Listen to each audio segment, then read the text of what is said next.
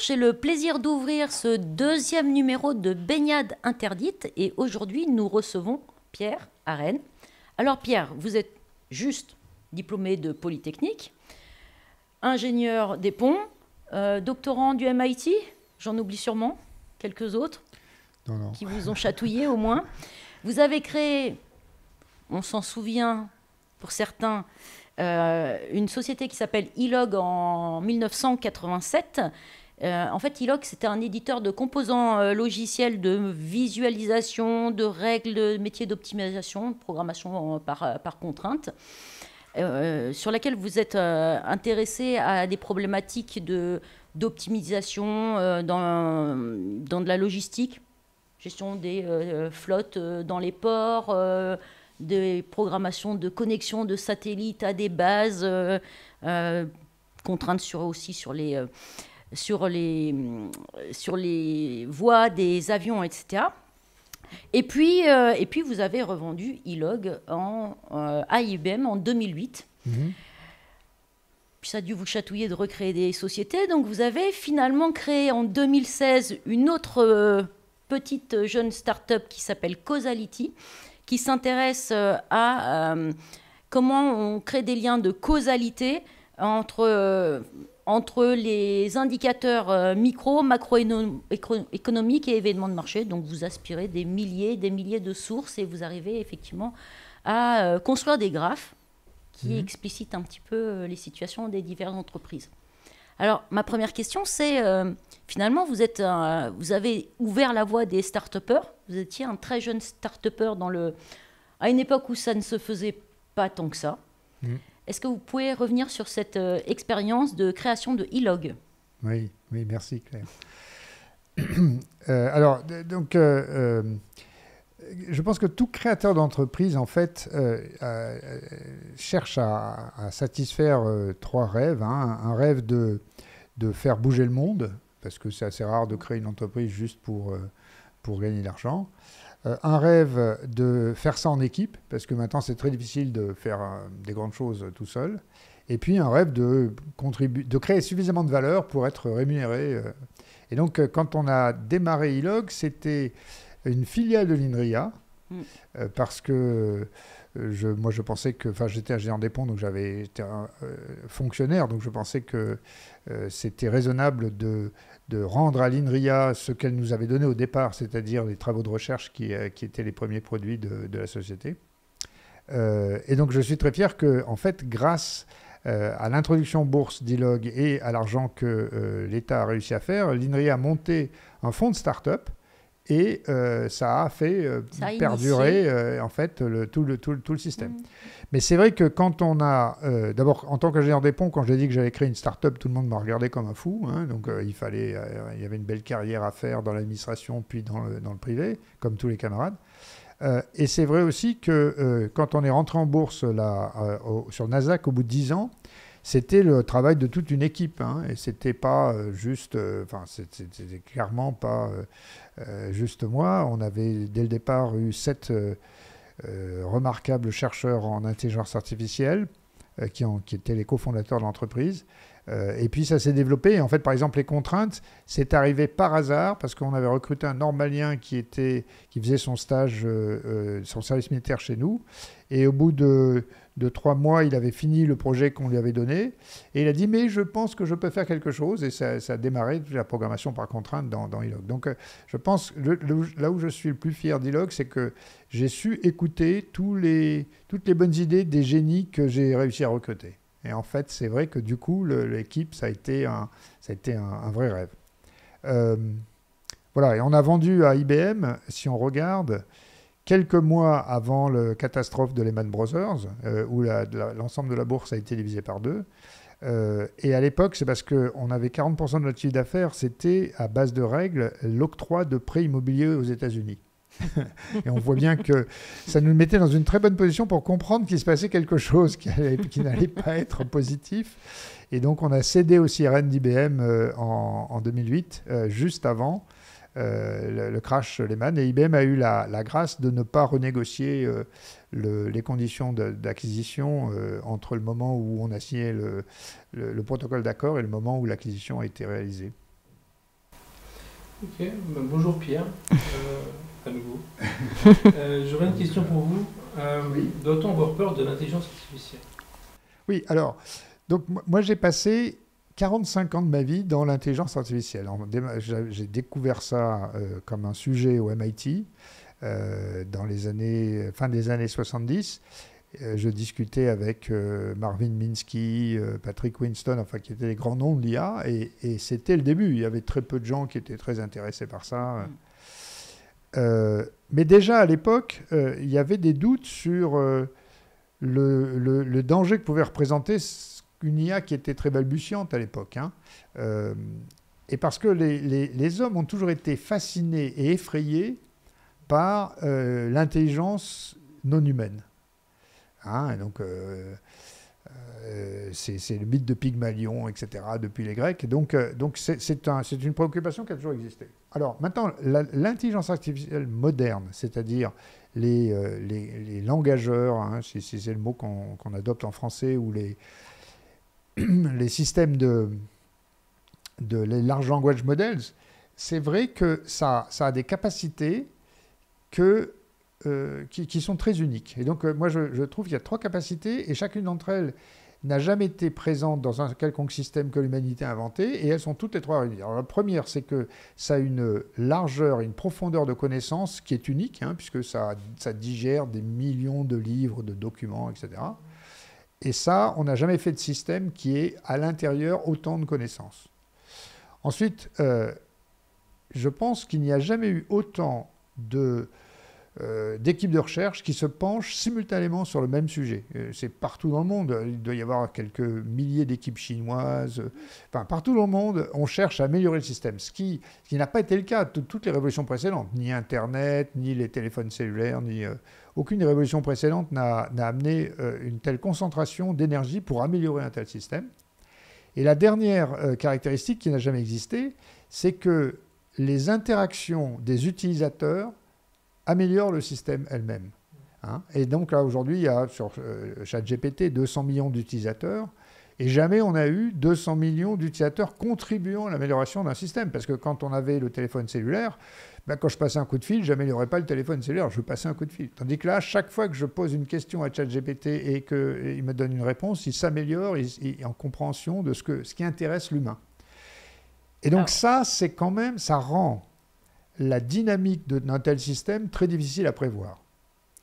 Et donc, c'est assez justifié qu'un certain nombre de gens en aient peur, hein, y compris Geoff Hinton, qui a été chez Google l'auteur de tout ça et qui était avant le chercheur qui a le plus fait développer la backpropagation, enfin des systèmes sous-jacents à cette révolution, et qui disent qu'ils ne comprennent pas, d'une part, pourquoi ça marche si bien, mais aussi, ils ont assez peur que mise entre les mauvaises mains, ce genre de puissance soit dangereuse. Donc ce que je crois, c'est qu'il faut être très prudent sur les prévisions du futur, et il faut être attentif à cette évolution de l'IA, surtout quand elle sera disponible pour des malfaisants. Mais c'est l'humain, on revient toujours à l'humain en fait. Enfin, est-ce qu'on va remplacer tous les cols blancs par de l'IA? Alors ça, c'est un autre sujet. Ça, c'est un autre sujet. Je vois que dans les peurs qui sont brandis en ce moment, c'est on peut remplacer la moitié de nos ingénieurs, y compris nos développeurs, nos software engineers. Alors, attendez, c'est un outil de productivité, comme des tas d'outils de productivité. Mais ce qui est nouveau, c'est que c'est un outil... Jusque-là, on a fait des robots, des choses qui amélioraient la performance des cols bleus, pas des cols blancs. Et là, d'un seul coup, on se retrouve avec une poussée pour que les cols blancs passent à des tâches plus intellectuelles. Le truc le plus compliqué, à mon avis, c'est sur les créatifs. C'est d'ailleurs pour ça qu'il y a en ce moment une grève des acteurs à Hollywood. C'est que on est à 2 doigts de savoir faire des films entiers avec des avatars d'acteurs qui ressemblent complètement à l'acteur, sans que l'acteur ait dit ou ait contribué d'une quelconque manière à ce film. Et c'est vrai qu'en tant que, si j'étais acteur à Hollywood, et que c'est un métier très difficile, hein, d'investir 20 ans de ma vie dans un truc et puis de voir un système qui est capable de me copier et de me remplacer complètement, c'est un peu effrayant. Donc c'est les métiers créatifs qui, à mon avis, vont être les premiers à sentir le problème. Il faudra apprendre à mettre cette nouvelle intelligence au service de plus de création. Je pense que c'est comme toutes les révolutions. Oui, et il faudra aussi savoir séparer, et ça c'est la partie réglementation, savoir séparer très clairement ce qui est produit par une intelligence artificielle et ce qui est produit par un humain. Je pense que la traçabilité sur l'auteur original de toutes ces choses, que ce soit des codes de calcul, des livres ou des films, ou des documents à contribuer dans le système, c'est essentiel, en partie parce qu'il y a une autre peur qui existe, c'est une sorte de boucle en loop, de boucle de l'IA, qui, si elle se met à générer automatiquement beaucoup de texte, va finalement partir dans une direction qui est complètement auto-construite et donc qu'on ne maîtrise pas et qui ne sera certainement pas favorable à l'humanité. Vous êtes expert en neurosymbolique. Qu'est-ce que vous pouvez nous en dire? Qu'est-ce que vous en comprenez? Alors, ce que je crois, c'est qu'aujourd'hui, on est très fasciné par l'évolution des large language models, de tout ce qui est informatique neuronale, et c'est justifié parce que ça a fait des progrès absolument fabuleux dans les 5 dernières années, mais que quand on regarde cette IA neuronale toute seule, elle a un certain nombre de défauts, y compris ce qui s'appelle des hallucinations, c'est-à-dire la capacité à croire de façon très sérieuse des choses qui n'existent pas, parce qu'elle a été formée simplement en lisant des textes et en faisant de l'inférence entre tous les textes qu'elle a lus. Et donc, on se souvient de l'extraordinaire discours que ChatGPT avait tenu sur les œufs de vache à l'époque, qui était visiblement quelque chose qu'aucun humain ne tombait dans le panneau, mais il était tombé dans le panneau. Donc le neurosymbolique, le symbolique, ça consiste à donner à l'ordinateur des concepts compréhensibles par l'humain de telle sorte qu'il les manipule, ces concepts. Donc des objets, des représentations d'objets du monde physique qui nous entoure, ou de concepts, un plan, des sous-plans, tout ça, c'est des choses que l'intelligence artificielle symbolique savait bien manipuler. Et l'avantage, c'est que c'est extrêmement traçable parce que chaque étape du raisonnement est compréhensible par l'humain. Alors que le neuronal, c'est aujourd'hui la transformation d'un grand nombre de textes ou de sources d'entraînement en un énorme réseau de vecteurs et de relations qui sont très difficiles à expliquer. D'ailleurs, un de nos étudiants en thèse est en train de chercher à partir dans cette direction. Et donc, le mélange du neuronal et du symbolique, ça va permettre de guider le neuronal par de la connaissance solide et compréhensible par les humains, qui guidera et qui éliminera une grande partie des hallucinations, entre autres, du système. Mais aussi, quand on y réfléchit bien, c'est un peu bizarre de dire « je pars d'une feuille blanche », je n'ai le droit de rien vous dire, voilà tous les textes, et puis revenez une fois que vous avez lu tous les textes et vous êtes formé à un système neuronal, alors qu'il y a des tas de choses qu'on sait pertinemment et qu'on pourrait lui donner directement sans qu'il ait à les apprendre. Finalement, il y a une certaine analogie entre le passage des micro-règles que vous aviez à écrire sur chacun chaque chenal de chaque port et passage au niveau méta en disant enfin, il y a une compréhension d'un ensemble de règles qu'il faut avoir pour faire fonctionner un port. Et oui. C'est peut-être un peu la même chose qui se passe. Alors finalement, oui, en neurosymbolique, est-ce qu'on n'essaye pas de comprendre ce qu'on était en train de faire de manière micro, sans intention? Oui, c'est presque ça. C'est-à-dire qu'on cherche à guider l'abstraction au niveau méta qu'a construite le réseau neuronal à l'aide d'éléments solides symboliques qu'on connaît et qui ne sont pas discutables. Et de dire que le neuronal doit apprendre ces éléments tout seul à partir de tous ces textes, c'est un peu idiot. Voilà. C'est un peu dangereux. Oui, puis c'est dangereux, mais c'est surtout c'est idiot. Il suffit de coupler les deux pour arriver à avoir le meilleur des deux mondes. C'est-à-dire, c'est ce que Kahneman appelle système 1, système 2 dans un bouquin qui s'appelle Thinking Fast and Slow. C'est un mode de réaction très rapide, plutôt intuitif, qui s'adosse à un mode de raisonnement logique qui permet d'expliquer pourquoi on a choisi d'aller dans une direction ou dans une autre. Et quelles sont les applications du neurosymbolique? Ah ben, ça va juste remplacer pratiquement tout le neuronal qui n'est pas créatif, donc qui n'est pas purement créatif. C'est vrai que dans tout ce qui est mission critical, c'est-à-dire qui ne peut, enfin, qui est dangereux, que ce soit les médecins, la médecine, la finance, enfin, il y a toute une série, ou le pilotage de systèmes un peu, enfin, d'avions, de trucs comme ça, on ne peut pas se permettre d'avoir une hallucination sur 10, quoi.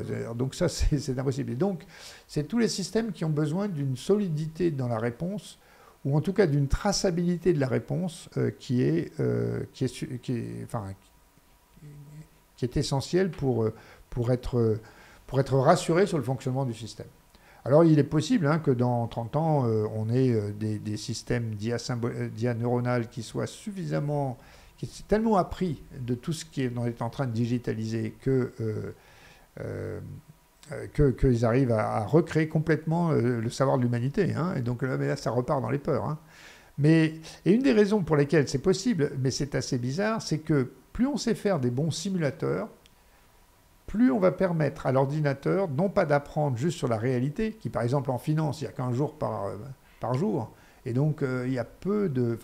la quantité de données sur lesquelles on peut apprendre pour faire un modèle de la finance, c'est assez compliqué. Alors que si on arrive à faire un simulateur de marché, comme on fait des simulateurs de véhicules, enfin de courses de véhicules, et ben le système peut apprendre sur des millions de jours par jour. Et effectivement, ça pourrait un jour... mais là encore, le simulateur, lui, il sera nécessairement symbolique. Et donc, quelque part, on retrouvera du neurosymbolique. Simplement, ça sera le symbolique qui apprendra, qui générera les situations sur lesquelles on demandera au neuronal d'apprendre. Donc, on n'est qu'au début. Oui. Alors, l'EPITA, ça a été créé en 1984 et très tôt, enfin, dès les premiers jours de l'EPITA, l'intelligence artificielle, ça a été une des formations extrêmement importantes avec, on va dire, la cybersécurité. À une époque, d'ailleurs, je me souviens, où on disait « faites pas de l'IA, il n'y a pas de marché, il n'y a pas d'avenir ». Ça a été, je pense... Oui, c'était un hiver de l'IA. Il y a eu un moment où c'était un petit peu compliqué, l'IA. Alors maintenant, on a 3 majeurs. La majeure historique, Data Science, Intelligence Artificielle. On en a une dérivée de cette majeure à Lyon avec une orientation graph. Et on a une majeure avec de l'intelligence artificielle qui est orientée industrie du futur. Comment est-ce qu'on peut rénover ce bassin de production industrielle en mettant de l'intelligence artificielle, de la sécurité, de la sûreté, en connaissant bien les systèmes embarqués, etc. Est-ce que vous auriez des conseils pour tous nos étudiants? Ils sont plus de 100 dans ces filières IA. Et si on ajoute aussi nos Master of Science, on n'est pas loin d'avoir 200 étudiants qui sortent avec des profils variés et complémentaires et qui vont commencer leur carrière. Quels conseils pouvez-vous leur donner? Alors d'abord, on vit dans un monde où la vitesse de changement accélère.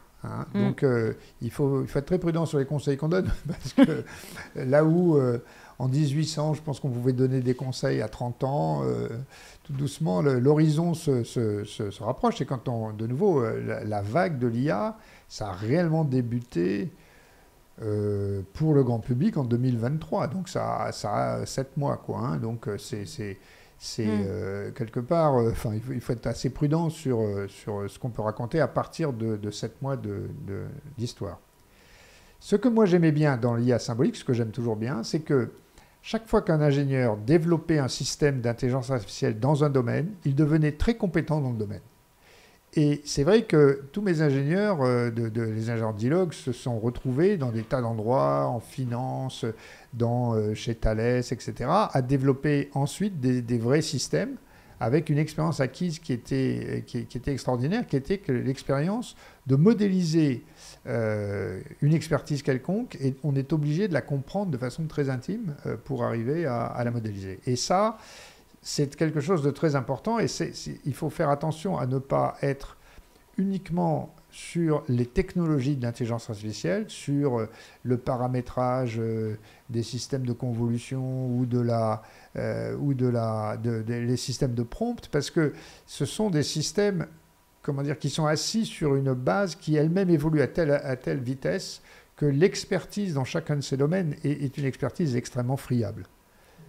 Donc, ce que je dirais, c'est que, bon, ça c'est un premier conseil. Le deuxième conseil que vous avez, qui ne vous apporte rien parce que vous avez déjà suivi, c'est de rajouter une compréhension du stack complet de la programmation, des statistiques, de la causalité, enfin des raisonnements bayésiens, etc.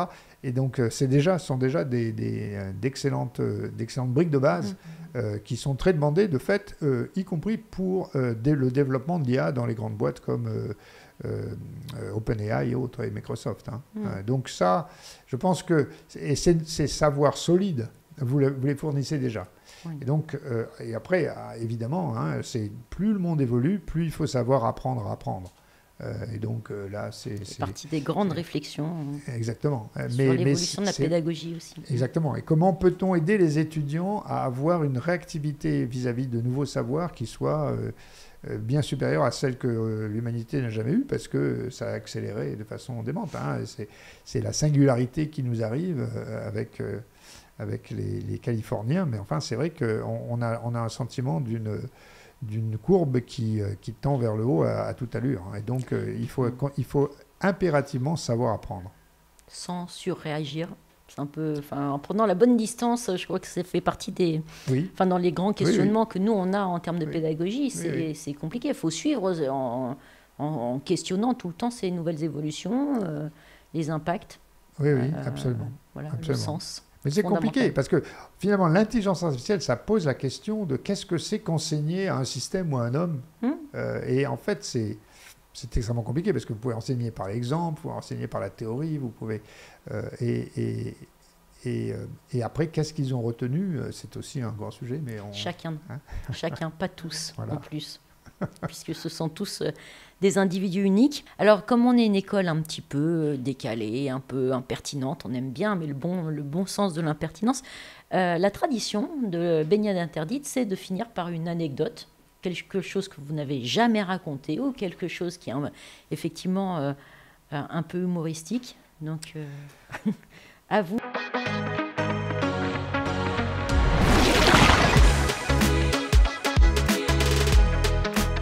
Heureusement que vous m'aviez prévenu, parce que je pense que c'est assez difficile. Donc, une anecdote que moi j'aime bien et que nous n'avons jamais racontée publiquement, c'est sur la modélisation que dans ILOG nous avions fait d'une fourmilière. Moi j'ai toujours été fasciné par les fourmis parce que petit j'étais élevé au Sénégal, on avait assez peu de jouets et donc j'étais tout le temps en train de jouer avec une fourmilière pendant une dizaine d'années et donc je suis incollable d'admiration sur le comportement de ces animaux qui ont quelques centaines de neurones dans le cerveau au maximum et qui sont capables de comportements très intelligents. Donc, avec le directeur scientifique de d'ILOG, Patrick Albert, on avait dit on va essayer de refaire une fourmilière à base de règles, pour le système de règles tournant très rapidement, pour voir qu'est-ce que c'est qu'on apprendrait à faire un système, une simulation d'un ensemble d'agents de quelques centaines de fourmis. Et donc, on avait développé les règles sur les phéromones, les règles sur ramener la nourriture à la fourmilière, les règles de navigation au hasard des fourmis quand elles sont en train de chercher de la nourriture. Et tout ça marchait très bien individuellement, mais la fourmilière mourait parce que les fourmis ne savaient pas comment ramener la nourriture à la fourmilière. Et donc, on a à un moment donné, c'était assez énervant que le système ne marche pas, alors que les fourmilières, elles tournent. Et on a décidé qu'il fallait rajouter une règle très particulière qui disait qu'à tout moment, chaque fourmi connaissait la direction générale de la fourmilière pour pouvoir revenir ramener la nourriture qu'elle avait trouvée. Et donc, avec Patrick, je dis quand même, là on est dans une hypothèse assez violente parce que franchement, la fourmi, je ne vois pas comment elle peut savoir où est la fourmilière, mais sans ça, ça ne tourne pas. Et là, d'un seul coup, la fourmilière s'est mise à marcher parfaitement. Et donc, on était très contents d'avoir un système de fourmis, surtout qui montrait qu'avec, là encore, je pense qu'on avait une cinquantaine de règles, on arrivait à recréer toute la dynamique et surtout, cette histoire de phéromones, c'est un outil d'optimisation fabuleux collectif, hein, parce que dès qu'une fourmi ramène, elle laisse de la nourriture, elle laisse une trace, c'est ce qui permet à toutes les autres fourmis de retourner directement à la nourriture. Et il y a eu des algorithmes d'optimisation qui ont été développés là-dessus. Et donc là où l'anecdote devient savoureuse, c'est que quelques mois plus tard, on est tombé sur un papier d'un chercheur du CNRS qui avait découvert qu'il existe une sorte de mécanisme de gyroscope ou de GPS dans le cerveau des fourmis qui leur permet tout le temps de savoir la direction de la fourmilière en partie en utilisant la direction du soleil. Et là, ça m'a conforté sur l'IA symbolique, c'est-à-dire que quand vous faites des modèles explicites, vous arrivez à rajouter des hypothèses qui sont les hypothèses nécessaires pour que le modèle ressemble à la réalité. Et la nécessité de ces règles, c'est un progrès extraordinaire, quoi, de comprendre que pour avoir un modèle qui marche, il faut que je rajoute une hypothèse dont je ne sais pas si elle existe, mais que je vais postuler et pour après, évidemment, diriger au besoin la recherche dans ces directions-là. Évidemment, là, on n'a rien dirigé du tout. C'est un gars qui séparément se penchait sur pourquoi les fourmilières marchaient et qui avait regardé la biologie de la fourmi et non pas la modélisation de la fourmilière. Donc finalement, pour survivre, il ne nous faut pas beaucoup de règles. On n'est peut-être pas non plus à la fin de l'humanité, tout va bien. Voilà. Merci Pierre. Merci beaucoup. Merci Nicolas. Et bonne chance et bravo pour l'épitaphe. Merci.